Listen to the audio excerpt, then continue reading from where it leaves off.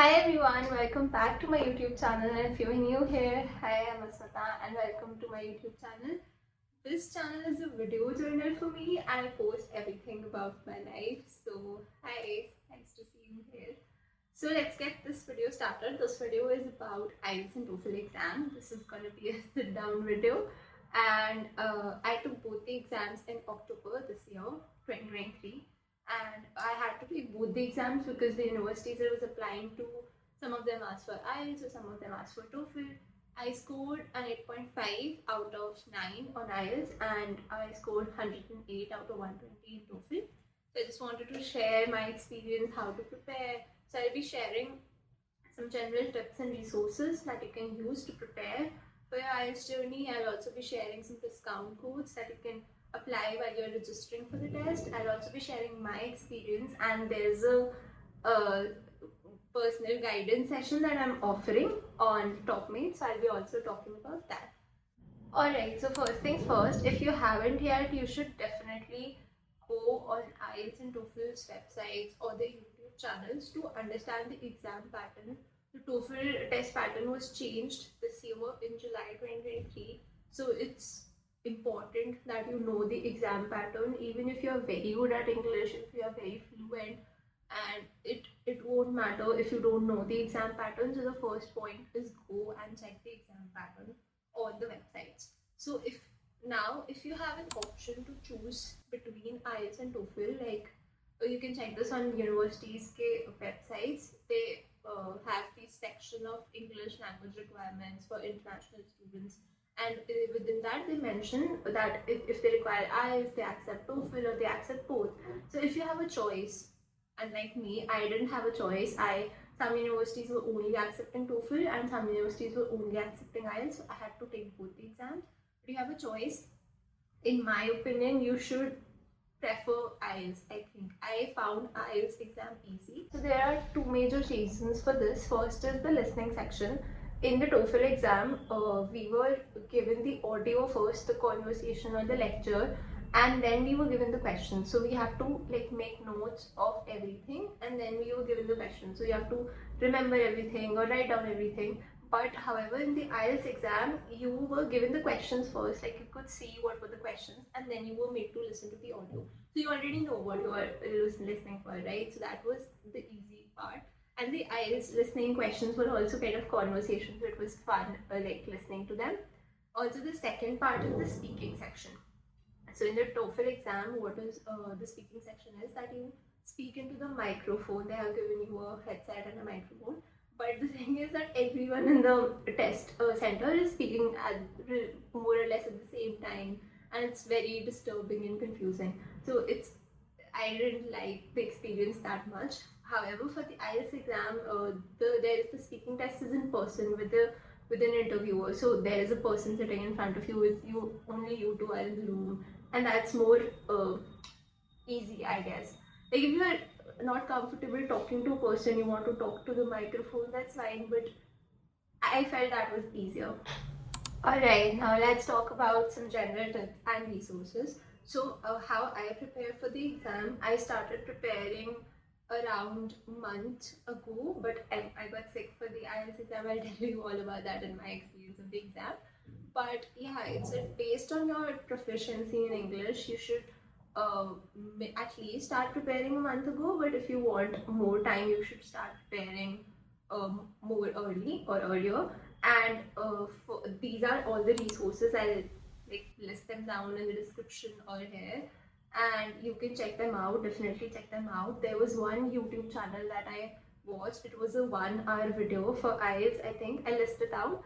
That lady, she helped me a lot. Like she went through all the different sections of the exam, and you could follow her and you could solve like with her. So that was really cool. She also shared her experience, which was very nice for someone who I didn't have anyone in my friends or my family who was taking the exam, so it was very new for me. But these videos help, so that's why I'm creating this video, so that it helps some of you.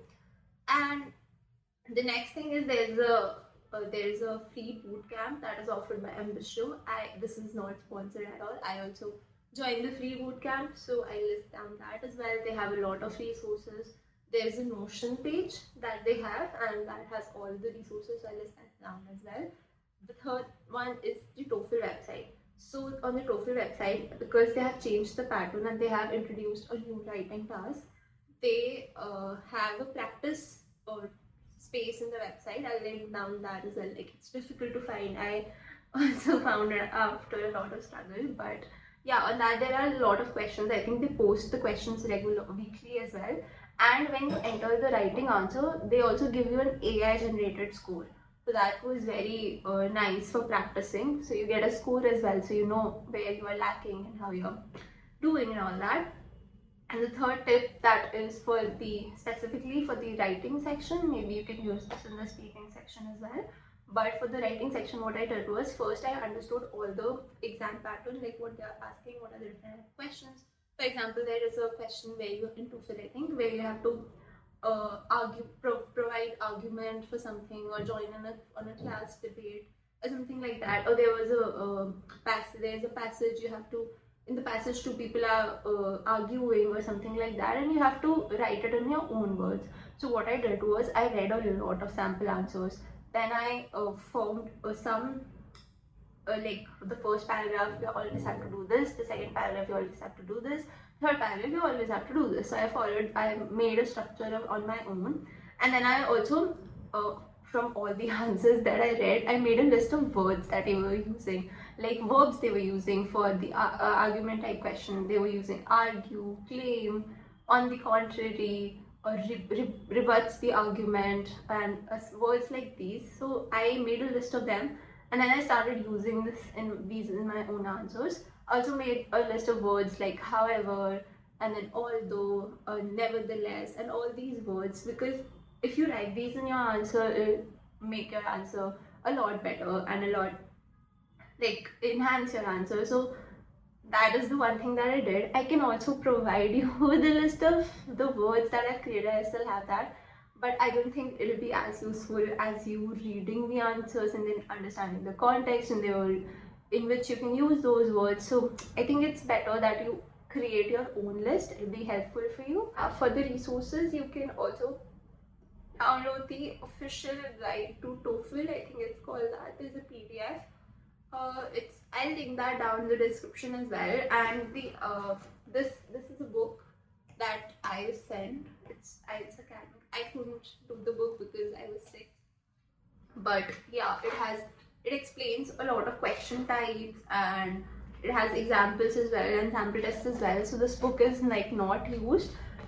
If anyone wants it, you can comment it down or DM me. But like, you'll get this whenever you register for the test. It's free, of course. But if anyone wants it before they are registering for the test, so yeah, go ahead and drop a message.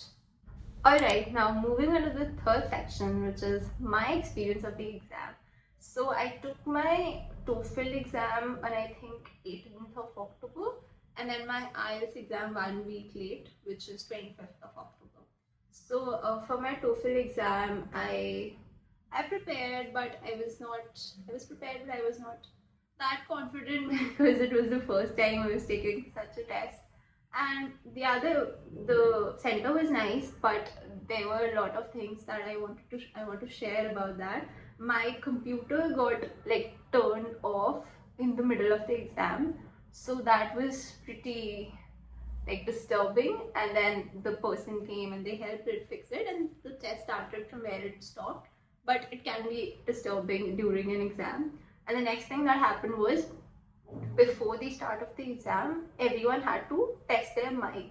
So if I have done that already, and I was on the reading section, and someone else is testing their mic, speaking into the microphone. So that was really disturbing. Like, the test center was not quite during some time. So I struggled to focus on my reading comprehension. So one tip is, maybe you can practice, if you are taking the TOEFL exam, maybe you can practice with the TV in the background, or maybe someone talking in the background, because that got distracting for me. Or even if you know this beforehand, maybe that will help. I didn't know that this would happen. And the next thing was, I already mentioned this, I think, that when the speaking section started, you also had to speak into the microphone, so everyone else is speaking speaking at the same time, they're talking about their opinions and different, everything is coming to your mind and brain and you're getting disturbed. So yeah, you should practice that as well. And now moving on to my IELTS. So my IELTS was on 25th of October and I had fever on 24th. I was also thinking maybe to postpone my exam. You can do that actually if you're sick or something. You can postpone your exam. You have to pay some money. But then I just went on and took the exam. The IELTS exam, I felt it was easier than TOEFL because you were speaking directly to a person. The reading and the listening section, you didn't have any disturbances. I think they were on the easier side as well.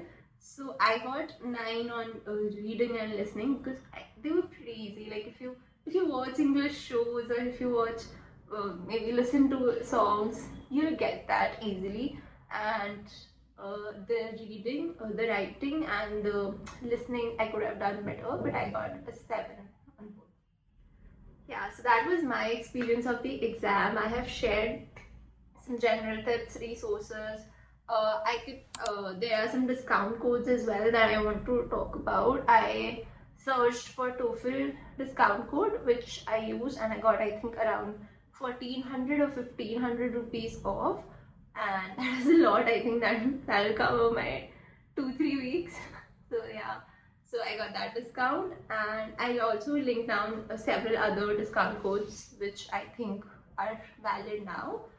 I wanted to talk about the personal IELTS or TOEFL guidance that I'm offering. This video was in general about my experience and how I prepared for the exam. But if you want to discuss about how you are preparing or what can you do better to prepare for the exam and what more do you need, so we can discuss that one-on-one. I am also have created an account on TopMate. I think it's a platform where we can connect, and there's a fees, but that would be pretty nominal, like 100 rupees or so. I think you'll save that from the discount codes.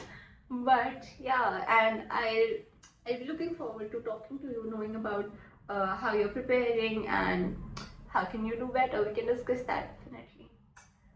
Yeah, so that was it for the video. I hope you found this helpful. I think if somebody talked to me like this when I was preparing, so it would have helped. Maybe not the resources per se, but the moral support and guidance. So all the best, guys. You'll do great, and it's not difficult. It's just a language, and if it's not even our first language. Our first language is Hindi, so or it's something else, but it's okay. Like it's not something to be ashamed of or something like that.